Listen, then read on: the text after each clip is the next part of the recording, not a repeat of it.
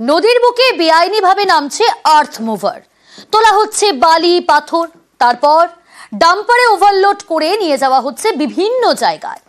ভারী গাড়ির চাপে রাস্তার দফা রফা, আর অভিযোগের জেরেই দুর্ঘটনাও ঘটছে। জলপাইগুড়ির ধূপগুড়ি এবং ময়নাগুড়ির রাস্তায় দুর্ভোগের এক শেষ।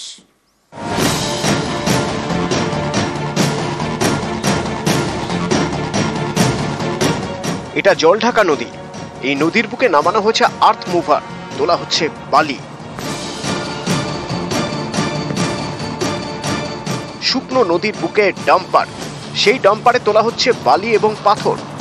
গাড়ি ওভারলোড করে চলে যাচ্ছে বিভিন্ন জায়গায়। ভারী গাড়ির চাপে ভাঙছে রাস্তা।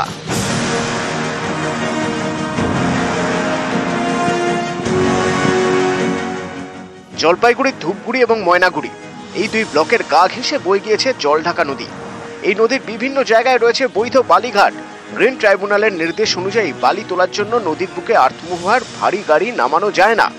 অভিযোগ, সেসব কিছুই মানা হচ্ছে না এইসব বালিঘাটে। শুকনো নদীর বুকে নামানো হয়েছে আর্থমুভার, ডাম্পার, তোলা হচ্ছে বালি পাথর। অভিযোগ, তা ডাম্পারে ওভারলোড করা হচ্ছে, এরপর রওনা। ধূপগুড়ি এবং ময়নাগুড়ির রাস্তায় দাপিয়ে বেড়াচ্ছে, ভাঙছে রাস্তা।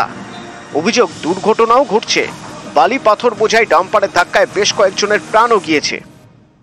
সরকার বাড়িতে কোনো অসুবিধা নেই, রয়্যালটি মেনে তারা মাল নিয়ে যাচ্ছে। তারা একটু সতর্কভাবে গাড়ি চালাক এবং ট্রাফিক আইন মেনে চলুক।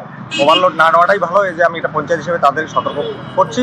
আমরা তো এখনো নামিনি, আমরা আপনি বলেছেন এবার আমরা দেখে নেব, অভিযান চালিয়ে যাবো। আমরা কেস করেছি, 4-5টা কেস হয়েছে আপাতত, যারা ট্যাক্সটি করবে, ফিটনেসটি করবে।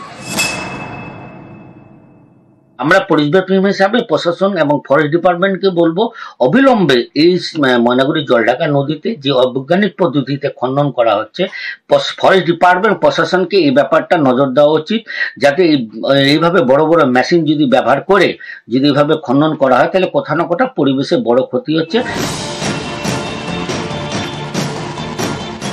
জলপাইগুড়িতে শহর সংলগ্ন নদী থেকে বালি চুরি, তারপর ট্রাক্টরে চাপিয়ে পাচার। বৃহস্পতিবার এমনই একটি বালি বোঝাই ট্রাক্টর বাজেয়াপ্ত করে পুলিশ, গ্রেপ্তার করা হয় চালককে। জলপাইগুড়ি শহর সংলগ্ন এলাকা দিয়ে বয়ে গিয়েছে একাধিক নদী, তিস্তা, করলা, বাঙ্গা, যমুনা। অভিযোগ, এই সব নদী থেকে পাচার হয়ে যাচ্ছে বালি। এই বালি পাচার বন্ধ করতে অভিযান চালাচ্ছে পুলিশ। জলপাইগুড়ি থেকে রকি চৌধুরী এবং শান্তনু কর, নিউজ 18 বাংলা।